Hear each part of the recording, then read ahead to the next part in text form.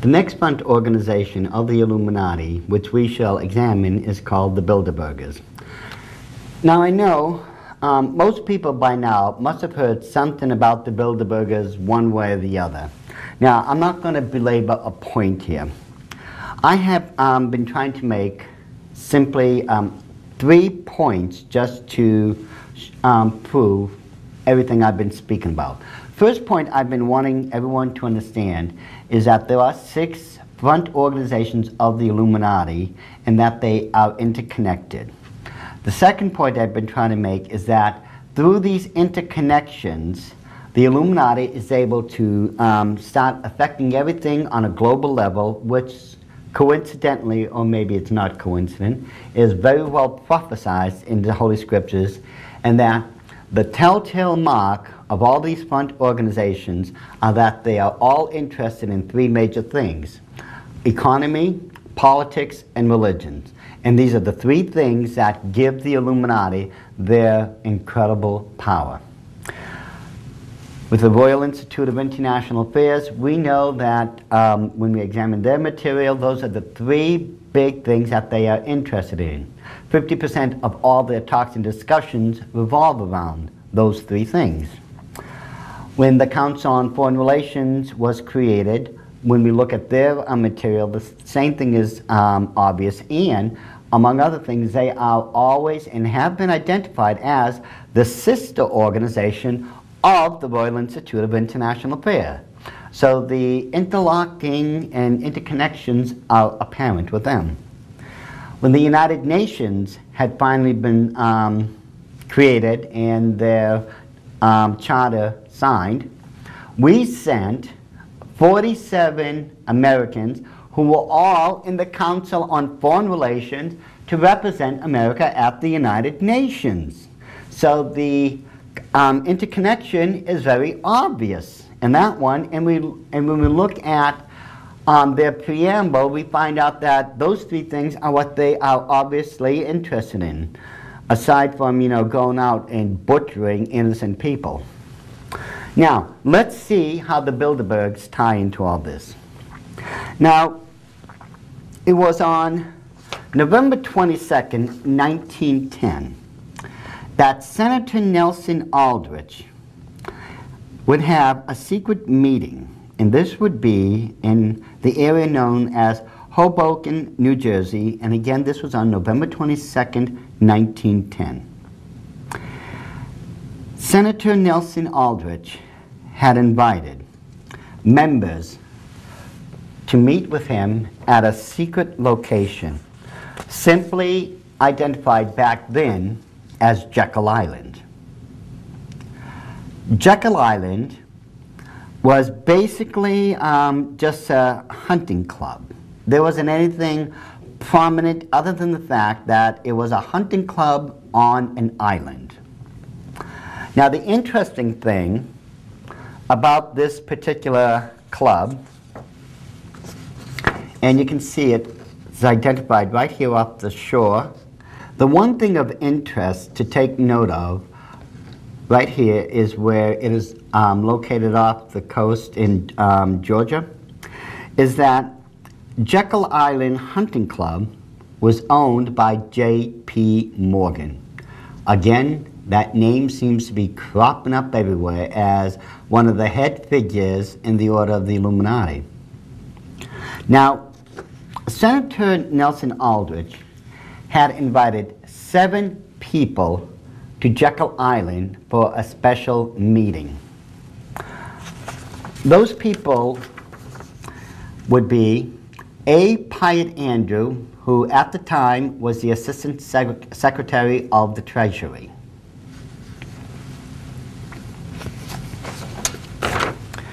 The next person was Senator Nelson Aldrich, who was the chairman of the Senate Finance Committee.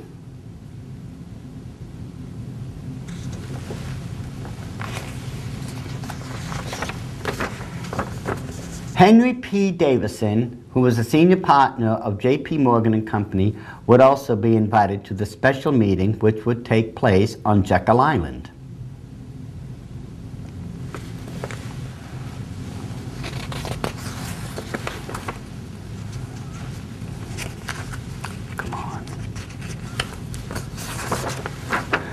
Charles D. Norton, who was the president of Morgan's First National Bank in New York, was among those 7 people who was asked to attend this very special and very exclusive meeting.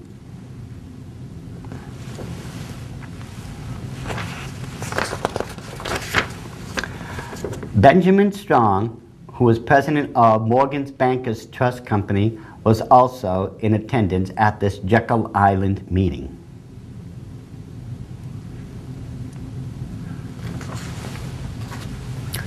Another person who was invited was Frank Vanderlip, who was the president of Kuhn Loeb's National City Bank of New York.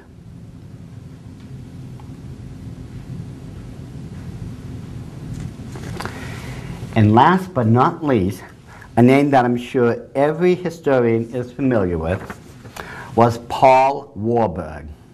Paul Warburg, among other things, was partner of the banking conglomerate of Kuhn Loeb and Company, but he was also identified as the main figure in the cartoon comic strip known as Little Orphan Annie. He was the one to whom Daddy Warbucks was created. Paul Warburg, at the time, was considered to be one of the wealthiest, if not the wealthiest man on the earth. Now, these 7 men were American leaders in oil companies, banks, in communication, transportation, in industry, and they were all, in their own individual rights, multi-millionaires. Now, the meeting on Jekyll Island, which was on November 22nd, 1910, which was a Tuesday, the meeting basically consisted of 3 major points. How do they create a central bank for America? How do they bypass President William Howard Taft, who was known to have said, and to paraphrase it again, you put any document like that in front of me, I'll veto it on the spot. And then, how do they keep the truth, the true nature of the central bank from Americans? Now, this was not going to be an easy feat. But one of the most immediate things that they had to do was get rid of President Taft. President Taft, as far as those people at Jekyll Island, had to go one way or the other. Now, interesting enough, if you remember, I have shown you, as we have discussed on previous DVDs on the series, Illuminati cards that deal with not just the prophecies, but the political intrigues that's going on even to this very day, and that was including, among other things, those events that happened at Y2K and 9/11. And of course, there had to be an Illuminati card on the Federal Reserve. Something that important just could not be left out. And it was through, I should say, the Federal Reserve Act that the Illuminati finally gained control over the United States of America. Now, getting rid of Taft wouldn't be that difficult. All they had to do was make sure he wouldn't be reelected as president. Not as easy as you would think, but eventually they were able to make sure that instead of President Taft being elected, President Wilson would be. And if you remember, it was through President Wilson that they were going to get the League of Nations to swallow up America after World War I, and they would put Wilson in as the first global dictator, as predicted in Philip Drew Administrator, as written by Colonel Edward Mandell House. Now, it was taking the entire combined might and power and financial power of J.P. Morgan and Rockefeller, who was backing Wilson, to guarantee that he would end up as the president. It was only 7 years later, after the first Bilderberg meeting, that the Federal Reserve Act became a reality. And from that day on, America would slowly be destroyed. Now, the creation of the Bilderbergers is a very interesting one. You see, among other things, over here is Joseph Rettinger. Joseph Rettinger, among other names, he was known as His Gray Eminence. He had a very colorful military background in espionage himself, and what is very interesting to note about him is that he was considered to be a left-wing idealist. He wanted to create a super organization that literally had unlimited power. Now, in order to do this, and as it says, he had a lot of political influence and some of the highest friends you can imagine.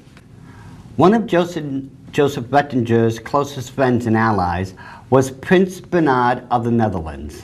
He was the royal consort to Queen Juliana. Now on the right side is the royal consort, Prince Philip, to Queen Elizabeth II of England. Now, it was Joseph Rettinger who proposed to Prince Bernhard his idea of creating this super organization that literally had unlimited power. Once he convinced Prince Bernhard of the merits and values behind such a super organization, he got Prince Bernhard to propose these ideas to President Truman. Eventually, once all the information and ideas had come together to create this super organization, they needed to meet regularly with other individuals of political power, of financial influence, and so on and so forth throughout the world. They're going to have regular meetings so that they could keep up with this and continuously perpetuate these ideas to create that super organization until it became a reality. It was at this place, this famous hotel in Oosterbeek, Holland, in the Netherlands, that on May 29th through the 31st in 1954, that the very first meeting of the Bilderbergers were held. Now, it became known as the Bilderberger groups because this happens to be the Bilderberg Hotel. Hence, they were called Bilderbergers from then on in.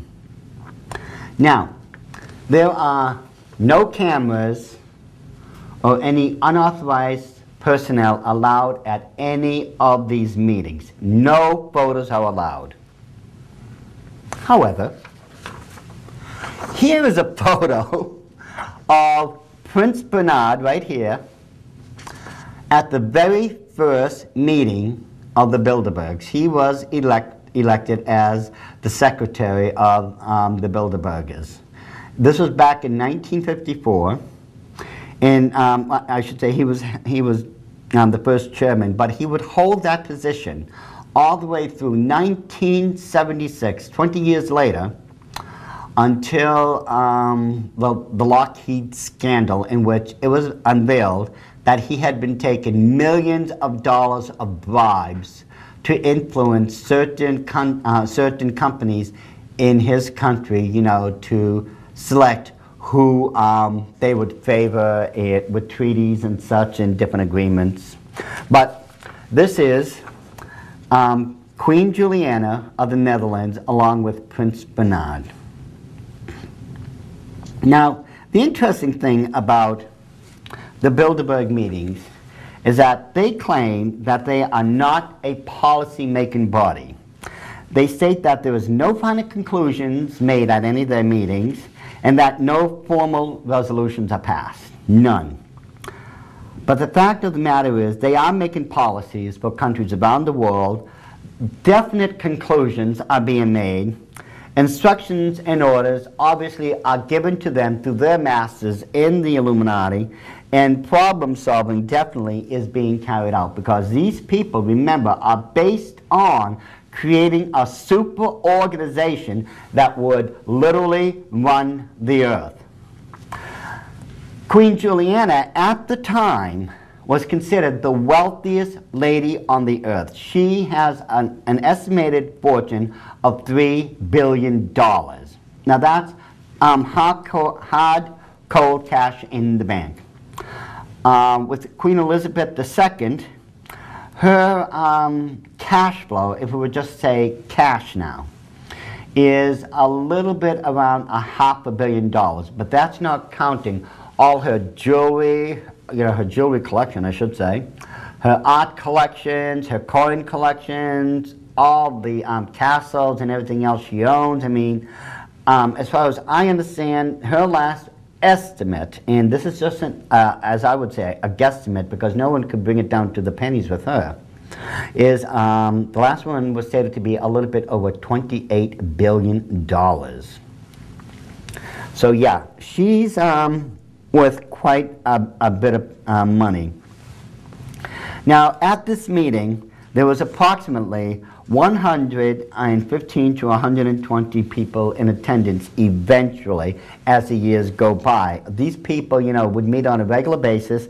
They would be presidents, prime ministers, members of nobility and royalty, scholars, CEOs, dignitaries, and other public officials. They would be meeting at the Bilderberg meetings, and they would be definitely making certain policies, so on and so forth. Now, it was Senator Jacob Javits who also met at the Bilderbergers. Well, I should say he himself knew about the Bilderberg meetings, and he was reporting different things about, their activities and such. Now, these people who are supposed to be, who are not supposed to be making policies or anything like that, have been doing an interesting job. Because here at the St. Simon Islands, which is in Brunswick, Georgia, from February 15th through the 17th in 1957, this is where the Federal Reserve Act, if you remember, which was created on Jekyll Island, this is just right next door to it. Among other things, at this particular meeting, there was 99 people in attendance, and the one thing that conclusively connect the Bilderbergers to the other organizations is that 61 of the people who were in attendance in 1957, they were all from the Council on Foreign Relations.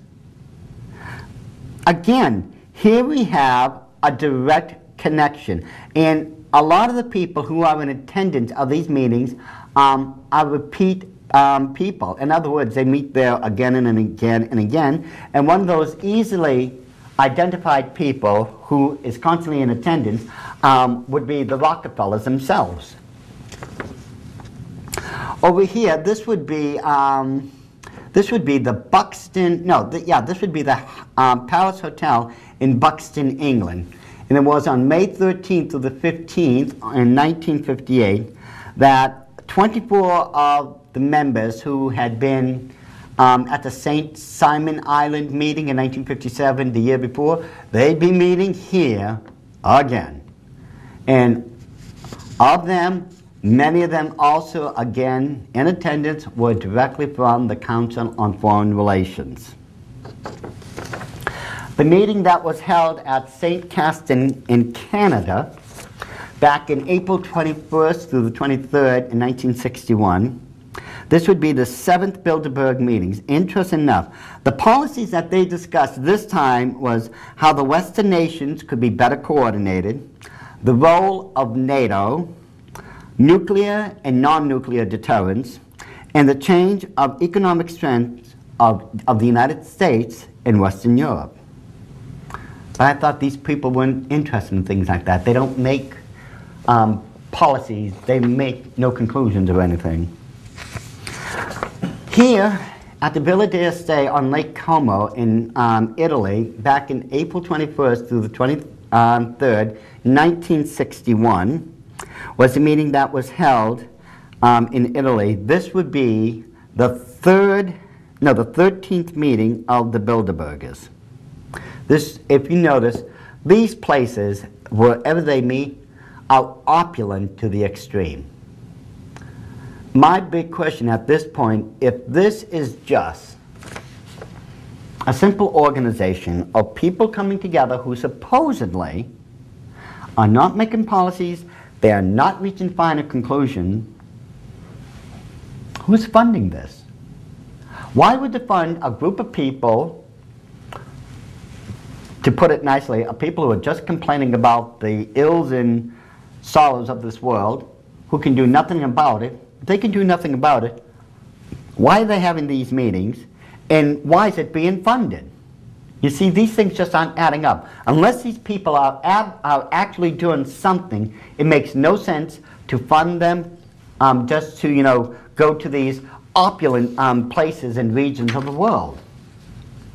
Now, on April 23rd through the 25th, in 1971, the 17th meeting of the Bilderbergers would be held for the third time on American soil, and this would be at the Woodstock Inn in Woodstock, Vermont.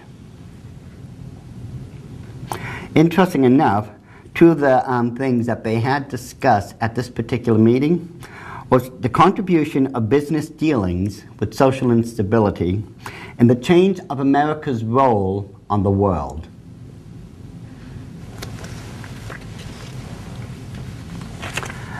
I remember back in the mid-70s, I lived in Germany for a number of years. It's an absolute gorgeous region of the world. And I remember this place in particular. This is Baden-Baden, Germany. And it was back, that would be June 6th through the 9th, that in 1991, that the Bilderberg meetings had commenced. This would be the 40th meeting, and what is most important is that one person in particular was also in attendance here, and that was Bill Clinton. You see, Bill Clinton, at this particular meeting, was given the thumbs up by the Bilderbergers and those members from the Council of Foreign Relations who reported back to their masters in the Illuminati. Bill Clinton was tapped at this point to become the next president of the United States, which is why he was in attendance at the Rio de Janeiro Conference on Biodiversity in 1992.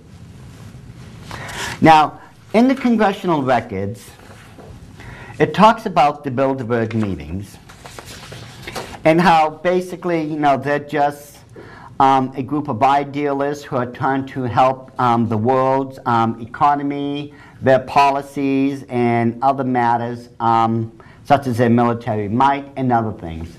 But what's interesting is that, again, they have those things in direct connections to the other groups. They're interested in the economy, the politics, and the religions of the other countries of the world that they're affecting. You will notice the interconnection between them is undeniable when we find out that there are members, once again, from the Council on Foreign Relations who meet regularly at these Bilderberg meetings. And again, notice the person who was there at the very beginning who owned and operated Jekyll Island, J.P. Morgan. And again, note, it was at the Baden-Baden, Germany meeting, it was President Clinton who was given the thumbs up at that meeting, who would later on go on to the meeting on the biodiversity treaty at Rio de Janeiro. You see, all these things are obviously interconnected. Again, all I'm trying to do at this point, ladies and gentlemen, is to show to you that all of them are interconnected and that they are all following the three-tiered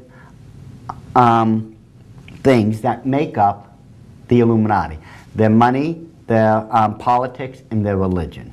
I think all these things are apparent once we take just even a cursive look at them. I don't want to sit back and give you folks, you know, a political science lesson for the next 3-4 hours. I mean, my goodness, you people would be bored to tears, and quite honest, I wouldn't want to watch it either. You know, I'd be bored to tears after 3-4 hours.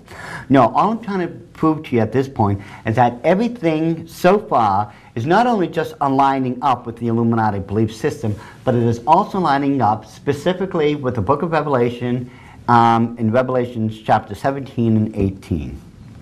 What we're going to do, we're just going to just wrap it up for now, and we'll be picking it up in the next section, which is called the Club of Rome.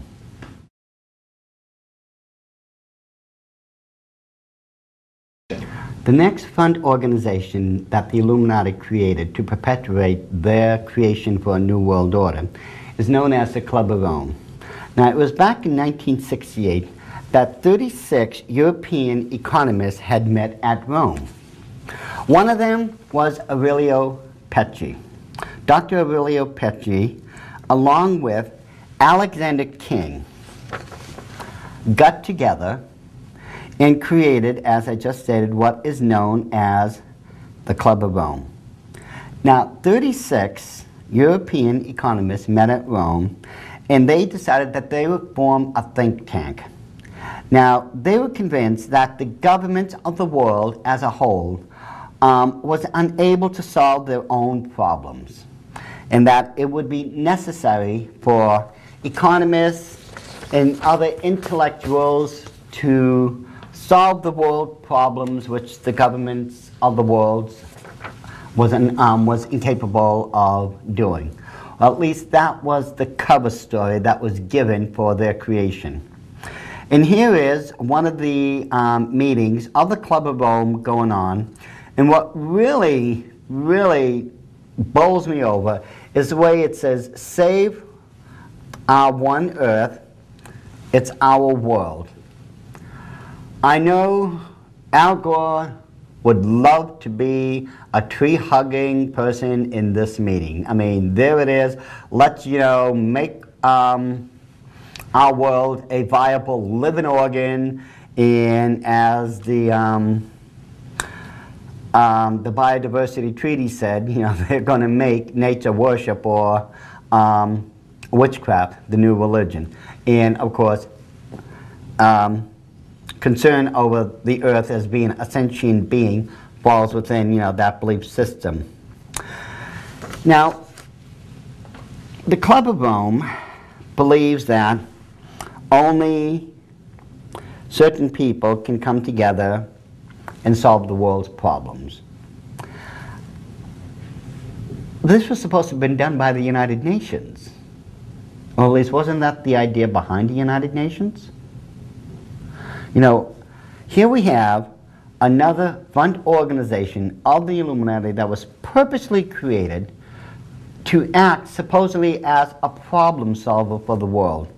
And when we get into the Club of Rome, you're going to find out that they haven't been doing their job either. According to the congressional records, and this one was entered March 20th, 1973, speaking on the Club of Rome, they are a group of world citizens sharing a common concern for the future of humanity and acting merely as a catalyst to stimulate public debate, to sponsor investigations and analysis of the problematic, and to bring these to the attention of decision makers.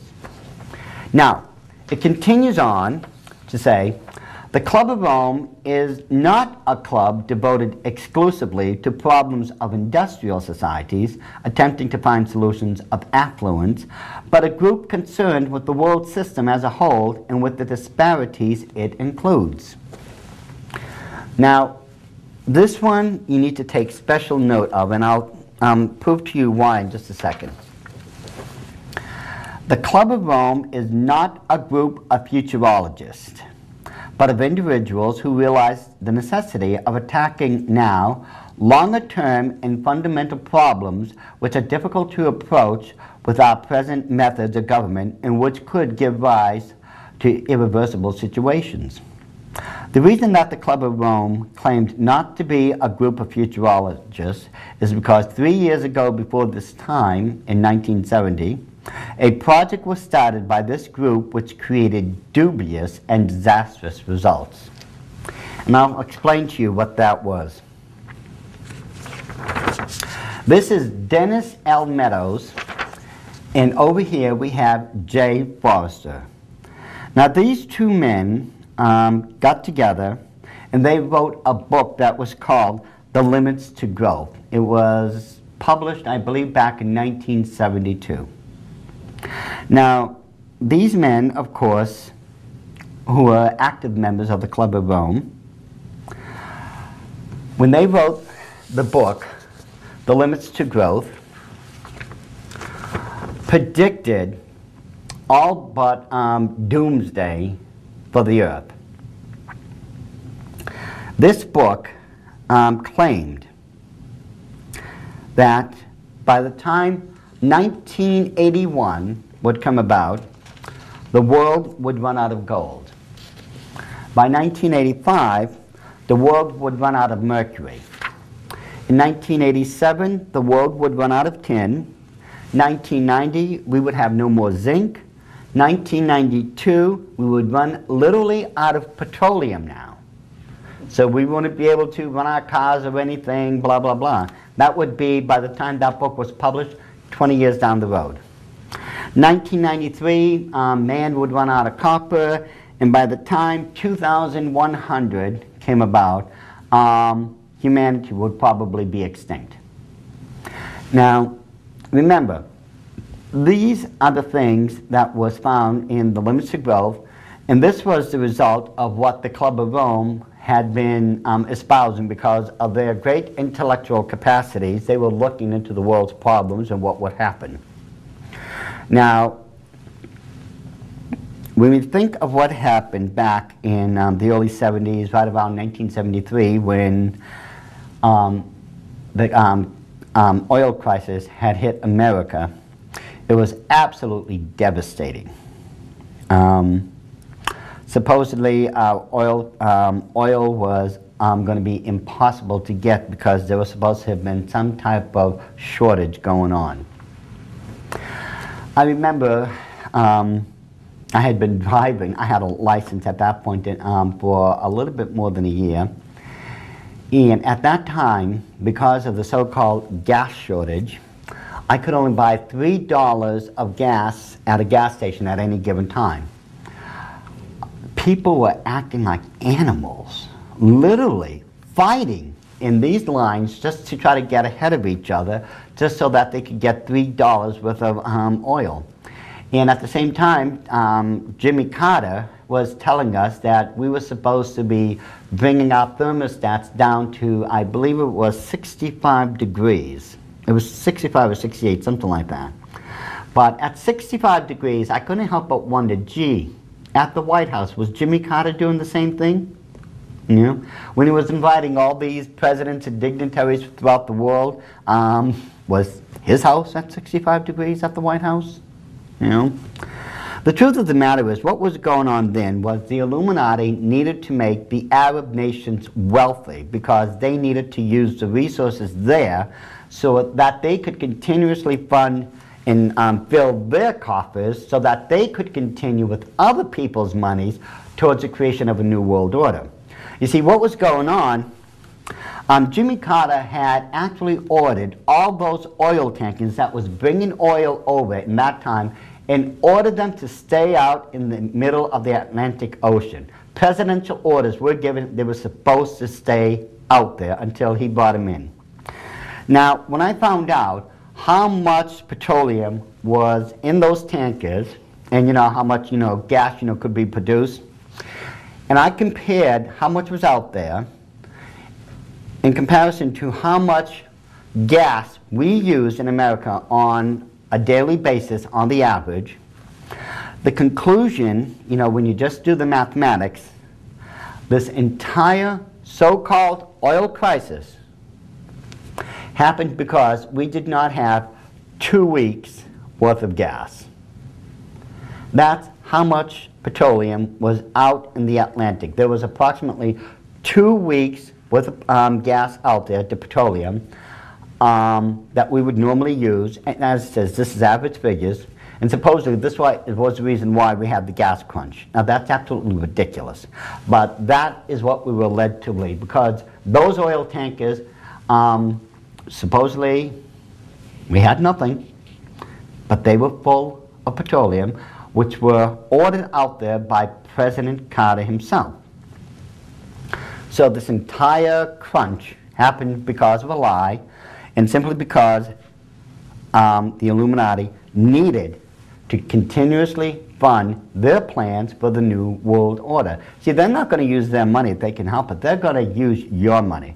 This is why you people, to this very day, have received more taxes than you and I know what to do together. I mean, taxes alone in the United States bring in countless billions of dollars, and of course we don't see any of it, but and I can tell you right now, the government certainly isn't using it to benefit our lives. They're using it to perpetuate the plans for the Illuminati. Now, interesting enough, now remember, according to the Club of Rome and to the Limits of Growth, we were going to run out of gold, mercury, tin, zinc, petroleum, and copper between 1981 and 1993. And another one of the problems we were facing wasn't just, we had to keep our thermostats at 65 degrees, was that there was constant brownouts during the summer months because supposedly we were out of gas. Now, during this same time, towards the end of Carter's administration, we had the Iran hostage situation in which our own people were being held captive in Iran. In Carter's administration, among other things, from 1973 throughout 81, we were in a depression that was worse than the Great Depression of October 29th, 1929. Nothing was even close to what Carter had put us through under the auspices of the Illuminati. And as I just stated, because of the Iran hostage situation, America was looking like a very weak nation at the time. We couldn't go in and rescue our own people under force of arms or anything. Everything we tried was a complete debacle. Now, it's interesting that when Ronald Reagan literally beat Carter in a sweeping vote. I mean, literally, he just swept Carter out of office. It was absolutely incredible. I remember when that had happened. The Limits to Growth, as you recall, claimed that by 1981 we'd be running out of certain resources, and by the time 1993 came about, in that 12-year period, we would run out of all those resources, and by 2100 humanity could be wiped out. But it's very interesting, when Ronald Reagan came into office, this is what happened. Oil prices, which was at $40 a barrel in the 70s, fell down to $15 a barrel in 1981, which really comes out to be about $7 a barrel when you adjust it for inflation. Agricultural products fell in price in 1981, and when you adjust it for inflation, that was a 50 to 70% drop. Gas reserves. Now remember, we were in some type of gas crisis. We had none. We didn't know where to find any and all this blah, blah, blah. During Carter's administration, and according to the Limits to Growth, we only had 1,500 trillion cubic feet of gas left. However, Reagan steps into the office, and all of a sudden we found out that we actually have gas reserves that was higher than 4,000 trillion cubic feet. All those precious metals that we were supposed to be running out, copper doubled, silver reserves climbed up to 60%, and gold reserves climbed up to 50%.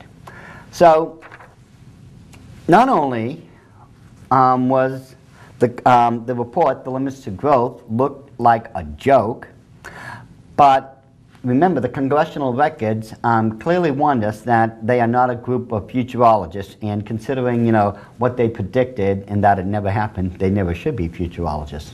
But look at what happened to all the damage that the Illuminati was causing through Carter in his administration.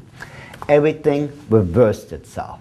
Things got better and brighter than we've ever had in I don't know how long. And the reason why was because Ronald Reagan was a professed born-again Christian.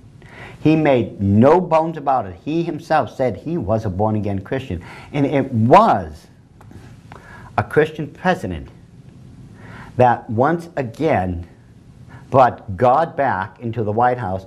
And it's because of this, I'm convinced, God's blessing was once again able to be put on America and her peoples, because we had once again a Christian leader. When you have a Christian leader with a true, sold-out, dedicated heart for God's people, for America, or for anyone, God can open up His floodgates of blessings and pour them out. It's only when you have poor leadership, or people who claim to be born-again Christians who really aren't, or for whatever reason, when you have that type of poor leadership, you can't receive any blessings from God at all.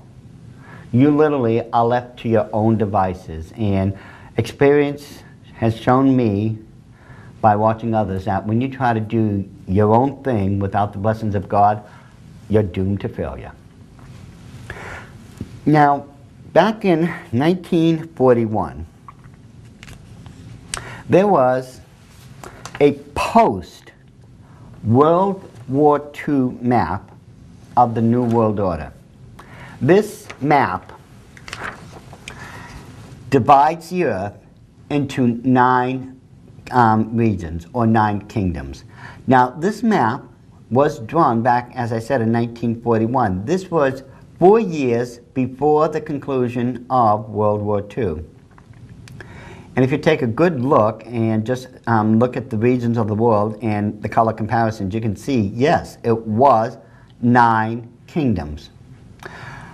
However, according to Revelation 13:1, and you read it all the way through verse 18, the earth is supposed to be divided into 10 kingdoms. Not 9, but 10.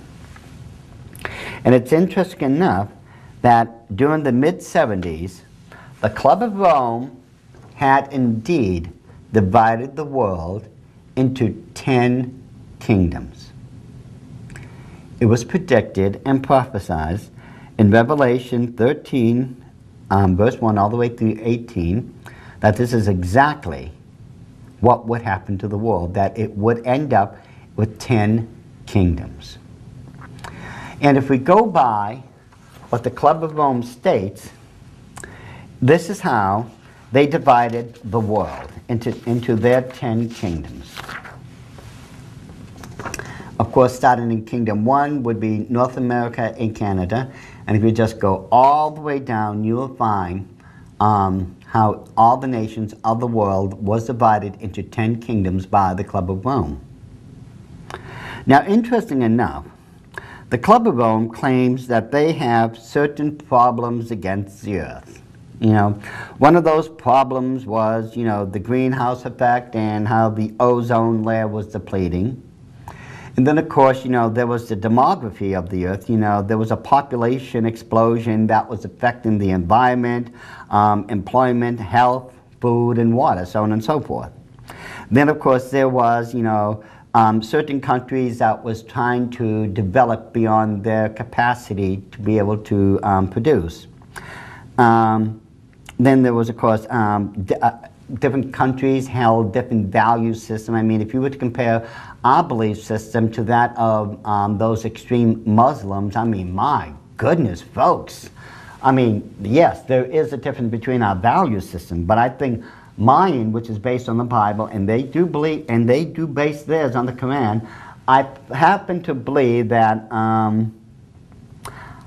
and I hate to put it like this because it does sound like I'm just being biased, but I have a feeling the Bible is is definitely more accurate than the Quran will ever be. You know.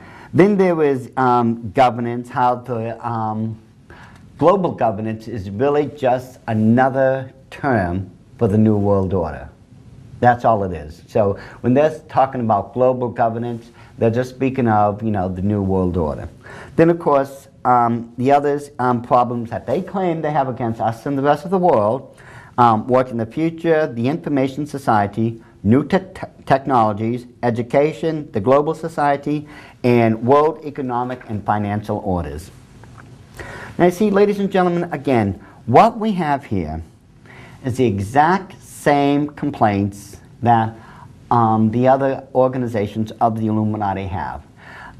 This group of so-called intellectuals, this think tank, just like the others, think that they can come up with the solutions of the world because we're not able to govern ourselves, and those people who we put in office just can't solve our own problems. Well, it's not that those people we put in office can't solve our problems, it's just that they're not allowed to.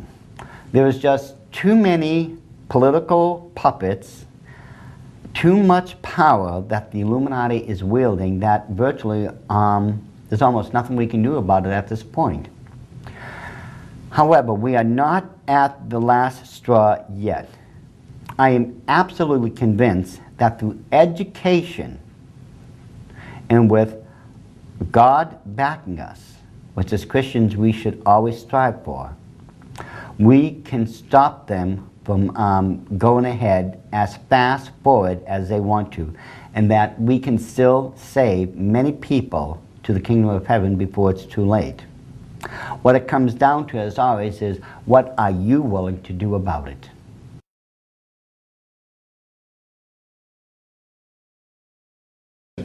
The sixth and last frontman of the Order of the Illuminati that we must look at is the Trilateral Commission. Now, when we speak of the Trilateral Commission, the one person we need to take an immediate look at is the big new Brzezinski. He was the 10th United States National Security Advisor from 1977 to 1981. Now, Brzezinski himself was a Polish intellectual who taught at Columbia University. Now, it was during this time, I believe it was 1970, he wrote the book Between Two Ages. He claimed that an alliance between North America, Western Europe, and Japan needed to be done. He believed that global changes could only come about if he did this. Now, Brzezinski himself was an ardent follower. I swear he was a #1 fan of none other than Karl Marx himself. And I don't think I have to get into the teachings of Karl Marx here, you know, but nevertheless, Brzezinski himself idolized this man. And while he was teaching at Columbia, he also called for America to protect international private businessmen. He believed that international money barons should be brought together and banded so that they could protect their own interests and secure their own political positions. Now, in the cornerstone, I should say, in Foreign Relations, which is the, if you remember, one of the magazines that is put out by the Council on Foreign Relations, David Rockefeller had read an article in it, in the Foreign Relations magazine about Between Two Ages, that book which Brzezinski had written. Now remember, Brzezinski himself, in his own book, Between Two Ages, stated that a bolder approach was needed, you know, if they were going to, you know, create the world to be one giant community and all this. And among other things, he laid out all his concerns about humanity and how he also called for the United States, Western Europe, and Japan to come together and, you know, form some type of giant global community. Now, as I said before, Rockefeller had read this book. He was so impressed by this book that at the 1972 meeting of the Bilderbergs group, which was in Knox, Belgium, right here, he invited Brzezinski to this meeting. Afterwards, Brzezinski himself was invited by David Rockefeller to one of his mansions. Now that would have been the Pocantico Hills mansion that he has in New York. Yeah, this would be Pocantico Hills. This is where he had a meeting, a private meeting with Zbigniew Brzezinski, and this would have been back in, I believe it was 72, 72, right around there. And he had spoke in length with Brzezinski. And Rockefeller was so impressed, not just by the book, but by Brzezinski himself. He pushed the Bilderbergers and those other groups who he had influence under to create this giant organization that Brzezinski had been longing for and had written about in his book, Between New Ages. Now, this organization you would now recognize as the Trilateral Commission. Now, Brzezinski himself was elected as the first Secretary General of the Trilateral Commission. Now, what is interesting about all this is that Jimmy Carter, who wasn't president yet at this point, well, I should say, who would become president, during 1971, had been invited to Rockefeller's mansion on a number of occasions. He met with not just with Rockefeller, but also Brzezinski. Brzezinski was in attendance at these meetings, and they literally, after speaking to Carter, gave him the thumbs up. You know, we are going to make sure you become the next president of the United States. Now, Jimmy Carter was a lame horse at that point, as I saw it. I mean, when you look at all the national figures and what was going on back then, when Carter was actually going to try to run for the president, he only had 4% of his own party's votes. And yet, miraculously, his own party somehow allowed him to run for the president. I don't see how that's possible, unless, of course, you know how the order of the Illuminati works, because you can't run under your party's ticket, you know, with only 4%. Carter himself, literally, he was an unknown political figure. I mean, this guy was so unknown that at the time, he was the governor of Georgia during 1970-71, and he was asked to appear on a television program. It was called What's My Line? Now, What's My Line was based on, there would be a moderator and four panelists. The guests would come out and sit, you know, next to the moderator, and those four other people, the panelists, would ask a series of questions. They could ask a total of 20 questions, and these questions could only get a yes or no response, as far as I understand.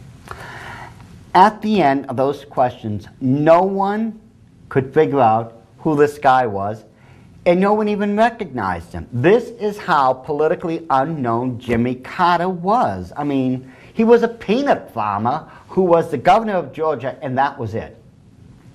But the powers that be wanted Carter to be the president, and they made sure he did it.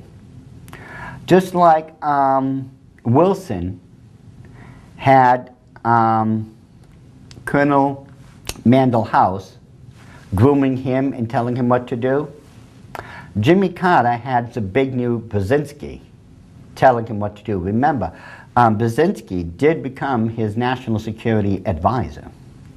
Now, what's interesting enough is that here we have at One of the Trilateral Commission meetings, dead center, is Pope John Paul II. For those of you who say, well, you know, the Pope never gets involved in anything political or anything like that, I mean, give me a break. Even this photo shows that the Pope is involved in these matters. This photo is where he met with the Trilateral Commission. Now, Carter had written a book, and it's really quite a hoot when I think about it, because the book was entitled, I'll Never Lie to You. Okay, yeah, we believe that one, but, you know, in it, you know, Carter said that he was tired of insiders running the country.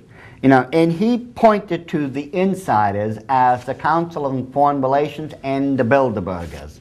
Now, excuse me, this was just a ruse, because he filled his cabinet with people from the Trilateral Commission instead. So you see, for us, this was a lose-lose situation, and for him and those powers that be, it was a win-win situation. That's exactly what had happened. Now, Carter's promise, when he was on the campaign trail, excuse me, for the second term, he said, among other things, he would not give the Panama Canal away, partially or in whole. He would never, never do it. And remember, according to his book, he said he'd never lie, you know. Now, Panama Canal, when you look at it, it doesn't look like much on a global map.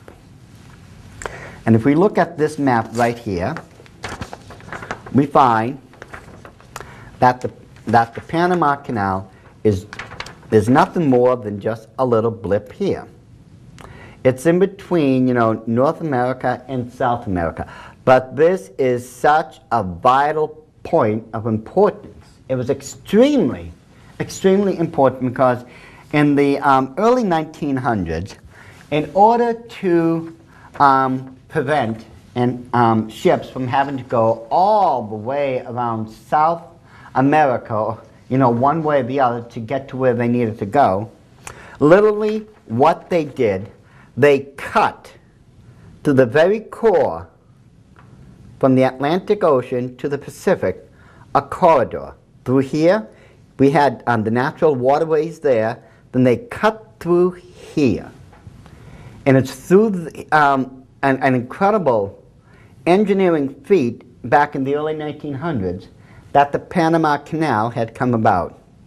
Now remember, at this point, the Panama Canal had existed for about 60-something years. And Carter wrote that book, I'll Never Lie to You, and on the campaign trail he swore he would never give the Panama Canal away in whole or in part. And yet, he handed over to Omar Torrijos, who was known to be a Marxist and who was running a Marxist government, the Panama Canal. And this would be Torrijos himself. He just handed it right over without a problem. Why? Because his masters in the order of the Illuminati told him that's what he was going to do. And the Panama Canal, I'll tell you right now, that area is positively gorgeous. I mean, you can see one of these huge freighters running through it and how successful the engineers were at creating the Panama Canal. And yet, it is no longer in our control. It went over to a Marxist regime. Now, in his book,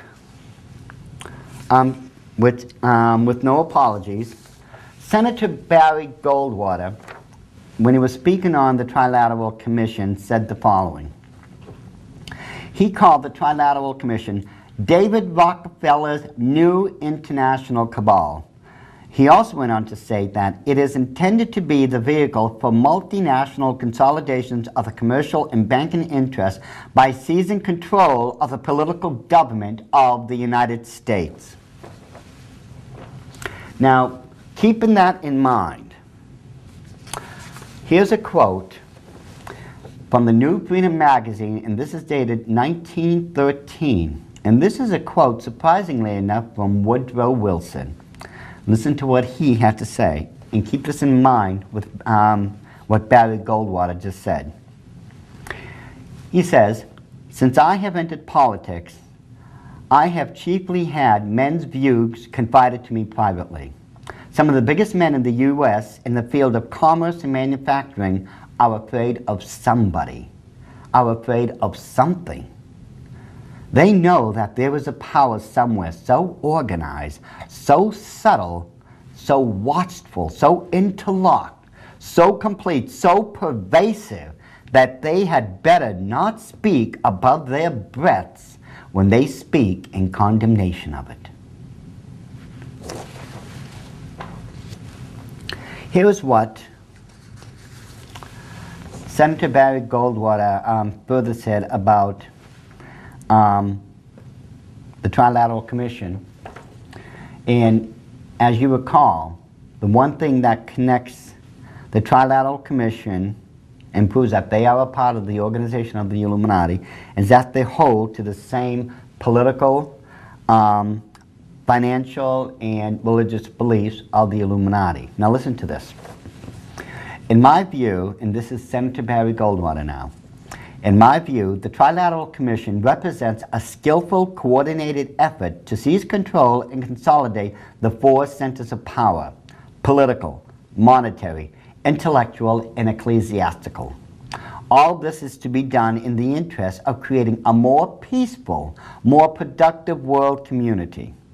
What the Trilateralists truly intend is the creation of a worldwide economic power superior to the political governments of the nation-states involved. They believe the abundant materialism they propose to create will overwhelm existing differences. As managers and creators of the system, they will rule the future. And it's interesting. That reminds me, back in 1838, when Maya Amschel Rothschild made one of the most profoundest statements I've ever heard. He said, "Allow me to issue and control the money of a nation, and I care not who writes its laws." And he's correct. In the Illuminati, that's known as their version of the golden rule. Whoever has the gold makes the rules. So you see, the Trilateral Commission, there's a lot more to it than just what meets the eye, than what people are going to try to tell you. You know, it's just, you know, a group of concerned people, just another one of them, you know. No. They are interconnected once again by the membership. Let me show you this here, ladies and gentlemen, and let's take a good look at it. Every person listed here, starting at the top, would be David Rockefeller. He's not just a member of the Trilateral Commission, he's also a member of the Council on Foreign Relations. Then there's Donna Shalala, who was the Secretary of Health and Human Services. She was also a member of the Council on Foreign Relations and also a member of the Trilateral Commission. It goes down, you know, to J.D. Rockefeller IV, you know, who was United States Congress Republican. He was also in the Council of Foreign Relations, and at the same time, a member of the Trilateral Commission. And it just goes on and on and on. Again, this organization is interconnected with another front organization of the Illuminati. Now, if you remember, we took a good look at the logo of the United Nations and found out it was nothing but an occultic one. Well, let's take a look at the logo of the Trilateral Commission. Now, we can see here is what the logo is supposed to look like, okay? But again, this is just, you know, something you're just supposed to see and not understand. But when we break it down, first of all, over here, if you look very carefully, we have a top perspective of what the capstone of the Illuminati on the dollar bill will look like in 3D. That's all this is the same capstone of the Illuminati. Over here, if any of you know what a Mobius strip is, it's a theoretical loop that goes on in an infinite looping pattern. There is no beginning and no end. This is why the capstone is there. This shows the infinite power of their god Lucifer. And as I said before, you will find this on top of the great, on the pyramid, on the two great seals of the United States, which we have already proven are the two great seals of the Order of the Illuminati, and that's on a previous DVD in this tape series, which we've already done. Now, when we take a look at the whole of the symbol of the Trilateral Commission, their official seal now, you're going to find something very interesting. Comparing the top figure with the bottom figure, you will notice how they intertwine and they actually form 3 sixes. Just compare the top to the bottom and just follow the curve and how it comes around, and each single one of these curves will form into a 6, a 6, and a 6. Now let's just look at this one more time, but in a much, in a much bigger format. This way it's a lot easier for you to see. You will note that according to Revelation 13, we know that there's going to be 3 identifying forms to the Antichrist. He will have, this identification will be through his name, his mark, or his number. Interesting enough how when we look at this for what it is, it really is, it's nothing but 3 sixes. Now, in conclusion, ladies and gentlemen, what I've been trying to do, as I stated from the beginning, I didn't want to try to bore you with 3 hours or 4 hours of giving you social study lessons or political science lessons. What my goal was to try to show to you not just the 6 front organizations of the Illuminati, but I want to demonstrate to you how they're interconnected through their membership and through what they practice, what they believe in, and that is their politics, their religion, and their view on money or the economy. Revelation 17 and 18 explains to us in detail how there is going to be a one world dictator who will come around with a one world religion and force us to bow down and worship him. We know this is predicted in the book of Revelation, and right now, as far as I see it, we are seeing the birth pains of this coming about. I'm convinced we are looking at the pre-signs for all these events to happen. All I can say at this point, ladies and gentlemen, is I pray that you will look into each of these organizations for yourselves. Look into the finer detail if you want to look at examples as far as what they've done politically speaking, what they've done to the world economies, so on and so forth. But remember one thing: when you do that, keep those things in mind with what the Bible prophesies, because this way at least you're not going to be shocked about what you will uncover. All I can say at this point, ladies and gentlemen, is I pray this DVD has been helpful to you, and I pray that the ones that will follow will be beneficial not just to you, but to everyone else you come across. And I genuinely pray, ladies and gentlemen, that you will find peace along the way, because this stuff can be very, very unnerving. So until the next DVD, God be with you, and may God keep you and your families.